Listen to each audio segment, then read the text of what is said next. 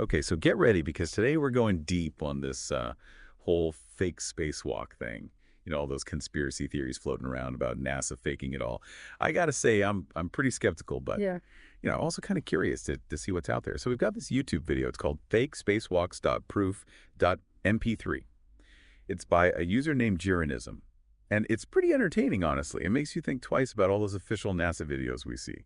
Yeah, a little healthy skepticism never hurt anybody, Yeah. especially when you're talking about something as crazy as faking a whole spacewalk. I can maybe try to clear up some of the science behind the stuff we're going to hear. Perfect. Because Jiranism really gets right into it. They start with this footage from a spacewalk back on March 24th, 2017. And they're big proof. They point to these bubbles they say are escaping from the airlock. Bubbles, huh? Okay, well, filming in space, it's a lot more complicated than people think. And even something as simple as depressurizing an airlock can release debris, like tiny bits of stuff. Or ice. You know, and on a grainy video that could easily look like bubbles, right? Yeah, that makes sense. But Jiranism actually plays a clip from the video. And they point out these bubbles and say they're defying physics because they seem to be rising to the surface. And they even, like, turn the video to make it look like the bubbles are going straight up. Ah, so that's where it gets kind of tricky, understanding how things work in space. Because here on Earth, yeah, bubbles rise. But in space, there's no up or down. It's microgravity. So those bubbles could be moving in any direction, really. It all depends on the camera angle, like what looks like up to us might be sideways or even down from where the astronaut is. Hold on, I'm a little confused. So you're saying there's no up in space? Well, not in the same way we think of it here. It's all relative, right? Think of it like if you're floating in the middle of a pool. Which way is up? It depends on which way your head is, right? Hmm. Yeah, okay. I guess it is all about perspective then. What looks like totally crazy in the video could actually be normal if you know the whole picture. Exactly. And jumping to conclusions like that without understanding the bigger picture, it can lead to all sorts of misconceptions, like judging a book by its cover, or in this case, judging a spacewalk by a few seconds of blurry video. Right. Okay, so let's follow this trail a little further. The video compares some glitchy footage of the Earth from the spacewalk with another clip that shows like a totally flat horizon. And Jiranism seems to be suggesting that NASA is being sneaky with how Earth's curvature looks in the videos. Like maybe it's not a perfect sphere after all. Okay, so with this one, we got to remember video technology, it isn't perfect, especially when you're dealing with footage from space. There's compression, editing choices, even the angle of the shot. It can all make things look different. Like, have you ever seen those pictures where someone's holding up the Leaning Tower of Pisa? It's just an illusion because of the camera angle. Oh, yeah, totally. So you're saying what looks like a flat Earth in the video Yeah. might just be a trick of the camera and the editing. Yeah. Exactly. Plus, if NASA was really trying to fake a spacewalk, don't you think they'd make sure the Earth always looked perfectly round? It just seems like a weird detail to miss. Yeah, you're right. That part seems a little fishy to me. But this is where things take a turn. Jiranism starts bringing in, like, biblical references Yeah. and numerology to back up their claims. Oh, wow. So now we're moving away from science and into the realm of personal beliefs. Yeah, they talk about this Hebrew word nasha and how using something called gematria, the letters in NASA add up to 666. Honestly, it sounds a little out there. It's definitely an interesting interpretation. But remember, just because something seems to fit a certain narrative doesn't make it true. You can find patterns and meaning anywhere you look hard enough, but that doesn't necessarily mean those patterns actually mean anything. Yeah, it's like those people who see the Virgin Mary in a grilled cheese sandwich. It's all about interpretation. So connecting Nasha and 666 to NASA, is that really a good argument? Well, scientifically speaking, not really. It's more of a symbolic thing than actual evidence. It's really important to be able to separate personal beliefs from actual scientific facts. Okay, so it's like they're saying, hey, even the Bible says NASA's up to no good. But that's just their interpretation. Right. And we should always be careful about claims like that, especially when they lean so heavily on symbolism or numerology. Anyone can read tea leaves, but that doesn't make it a good way to predict the future. That's a good analogy. So even though Jiranism brings in all of this stuff, Yeah. it seems like we need to be careful about getting tangled up in it without considering the bigger picture, right? Yeah, it's all about being aware of our own biases. Yeah. And being open to different explanations. It's so easy to fall into this confirmation bias trap, looking only for information that agrees with what you already believe. It's like if you're already convinced spacewalks are fake, any little thing that seems weird in the video is going to seem like proof to you. So how do we avoid that? How do we stay curious and also keep our critical thinking skills sharp? That's the big question, isn't it? But I think the key is being okay with being wrong. Asking yourself, what if I'm missing something? What other explanations could there be? Okay, yeah, that makes sense. So we've got the bubbles, the Earth's curvature, and now this whole biblical numerology thing. What else does Juranism bring up as proof? Well, they talk a lot about the cost of space exploration. They really hammer home the idea that NASA is spending millions of taxpayer dollars every day. And they kind of imply that this funding could be used for better things, or even that NASA has a financial incentive to keep up this faked spacewalk act. Wait, are they suggesting that faking spacewalks is somehow cheaper than actually going to space? Doesn't seem right. Yeah, it's a pretty bold claim, but it does raise an interesting question. What is the real cost of space exploration? And is it worth it? Especially when we have so many problems here on Earth that need attention. Yeah, that's a really good point. I mean, we're talking billions of dollars going into space programs while people are struggling just to get by here on Earth. It's a tough question. Absolutely. No easy answers. But maybe that's a good place to start next. What do you think? Yeah, let's do it. Let's unpack this whole cost-benefit thing about space exploration. Mhm. Honestly, it's something I've thought about myself. Is it just about pushing the limits and exploring?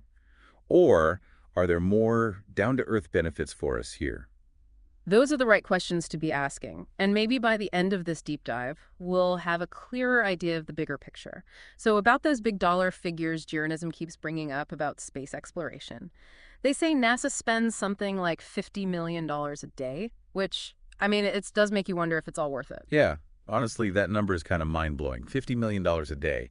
Think of all the schools and hospitals you could build with that. So how do we even begin to weigh those costs against whatever benefits come from space? It's a tough balance for sure. But here's the thing. Space exploration isn't just about, planting flags and taking pretty pictures. It actually drives a lot of the technology we use every single day here on Earth. Okay, I see where you're going with this. The benefits aren't just up in space, right? Exactly. Like, think about GPS for a second. That came from satellite technology that was developed for space. Same with satellite communication. That's how we can make phone calls and watch live TV from almost anywhere. And even weather forecasting relies heavily on satellites orbiting the Earth. Wow, I never really thought about it like that.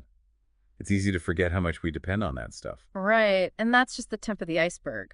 Medical imaging like MRI and CT scans, those have benefited from space technology too. Water purification, energy efficient solar panels, even the materials they use for airplanes and prosthetic limbs. It all traces back to space research in some way. That's incredible. So, in a way, investing in space is like investing in all these other areas that affect us directly. Exactly. It's all about pushing the limits of what we can do. And a lot of times that leads to these breakthroughs that end up impacting all kinds of fields. Okay, yeah, that makes the whole cost thing a little easier to think about. But what about Juranism's point that maybe there's a financial reason to fake the spacewalks? Like maybe it's actually cheaper to fake it than do it for real. Well, that's where things get tricky.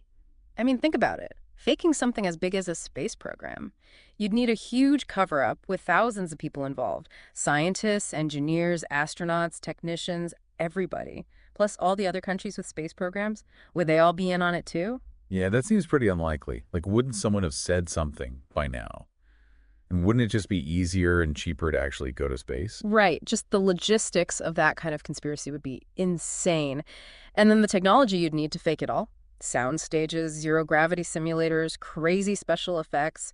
It probably costs just as much, if not more, than going to space for real. Okay, that makes sense. I guess the fake it to save money theory doesn't really hold up. Yeah, I'd say it's a lot more likely that the weird things we see in the footage have simpler explanations, like the camera angles and video compression we talked about earlier. All right, so back to the video. Juranism mentions something else that caught my attention. They say that Russian astronauts found sea plankton on the windows of the ISS. Is there any truth to that? Ugh, the plankton story. That one's been going around for a while. It's a perfect example of how a little bit of truth can get blown way out of proportion. So what's the real story then? Well, it is true that in 2014, the Russian space agency, Roscosmos, they announced that they found some microscopic organisms on the outside of the ISS.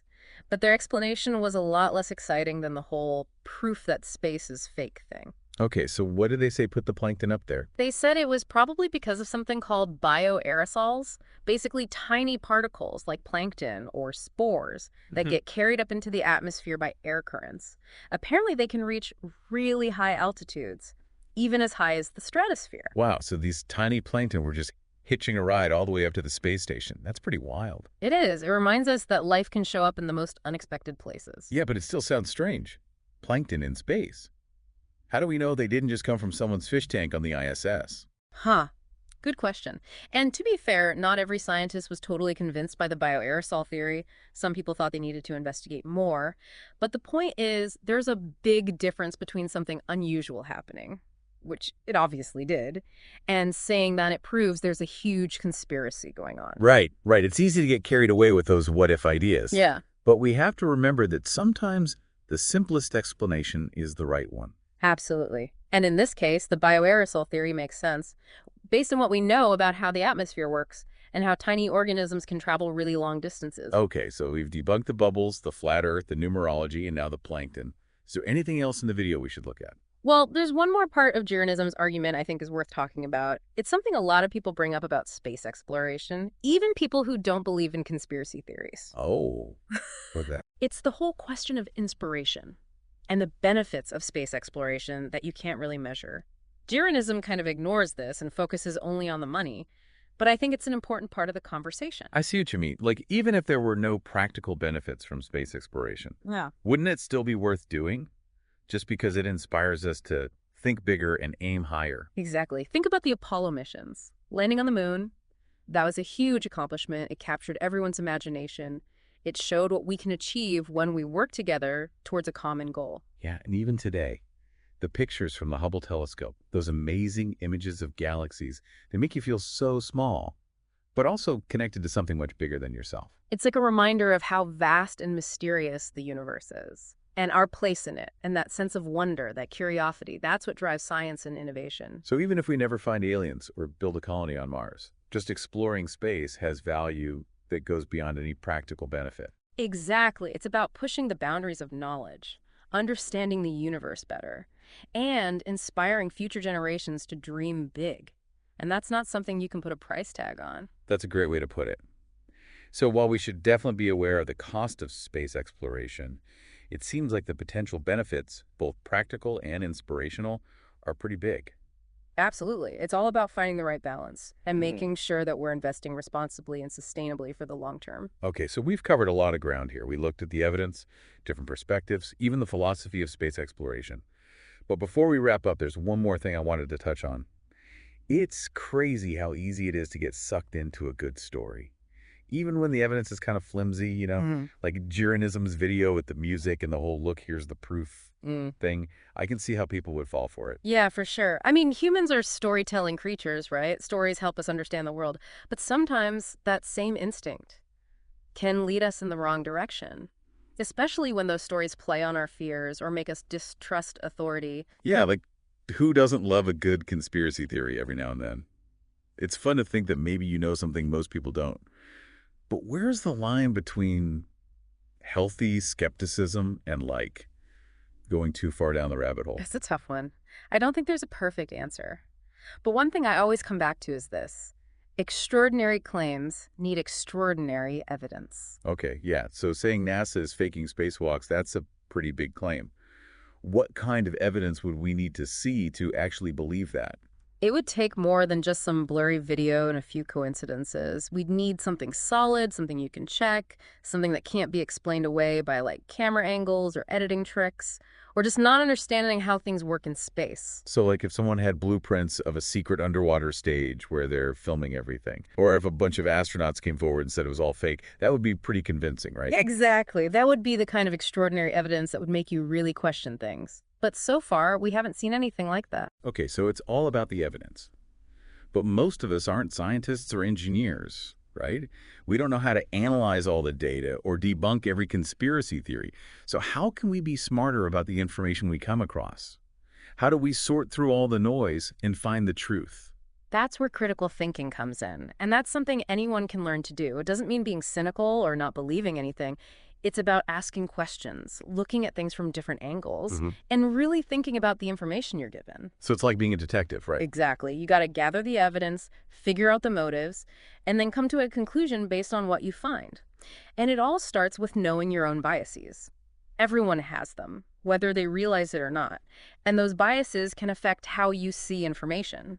So the first step is to ask yourself, am I being objective here, or am I letting my own opinions get in the way? Right. It's so easy to fall into that trap, believing something just because it fits with what you already think, even if it's not completely true. So how do we make sure we're not just picking and choosing the evidence we like? One thing that helps is to look for opinions that disagree with yours. If you think you believe something, try to find reliable sources that say the opposite. See if their arguments make sense. It might challenge your thinking, but that's a good thing. It means you're really using your critical thinking skills. Yeah, if you only watch one news channel or read one kind of website, you're not getting the whole picture. Exactly. You got to expose yourself to different viewpoints and be open to information that makes you uncomfortable. That's how you learn and grow. So we need to know our biases, look for different opinions, and be careful about the evidence. Any other tips for being a better critical thinker? One more that's really important. Don't be afraid to say, I don't know. Yeah. It's okay to admit you don't have all the answers. In fact, that's often the best way to start learning something new. I like that. Be curious and be okay with maybe being wrong. Exactly. And remember, critical thinking isn't just about conspiracy theories. It's useful for everything. It helps you make better decisions, solve problems, and just navigate a world that's full of information. Well, I think this whole deep dive has been a great lesson in critical thinking. We looked at the claims, the evidence, and the bigger picture. I definitely learned a lot. Me too. Hopefully our listeners did too. So as we wrap up, what's the one thing you want our listeners to take away from this? Keep asking questions, keep exploring, and never stop learning. The world is full of amazing things, and it's up to us to approach them with curiosity and a healthy amount of skepticism. And remember, the truth is out there waiting for us to find it. Sometimes it's right in front of us, sometimes we got to dig a little deeper, but it's always worth the journey. I love that. That's a great way to end this. Thanks for joining me on this deep dive. It's been really eye-opening. It was my pleasure, and to everyone listening, keep those minds sharp and stay curious.